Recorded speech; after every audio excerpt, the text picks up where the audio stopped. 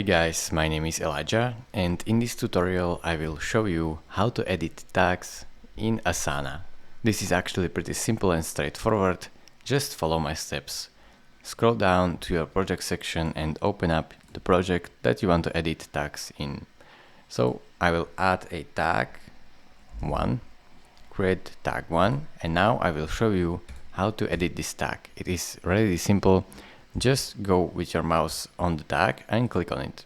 Click on it one more time, and now your tag is shown as viewed. Now click on Actions, and here you can rename this tag, copy tag link, sync to calendar, add tasks via email, print, set different color, and export and also delete this tag.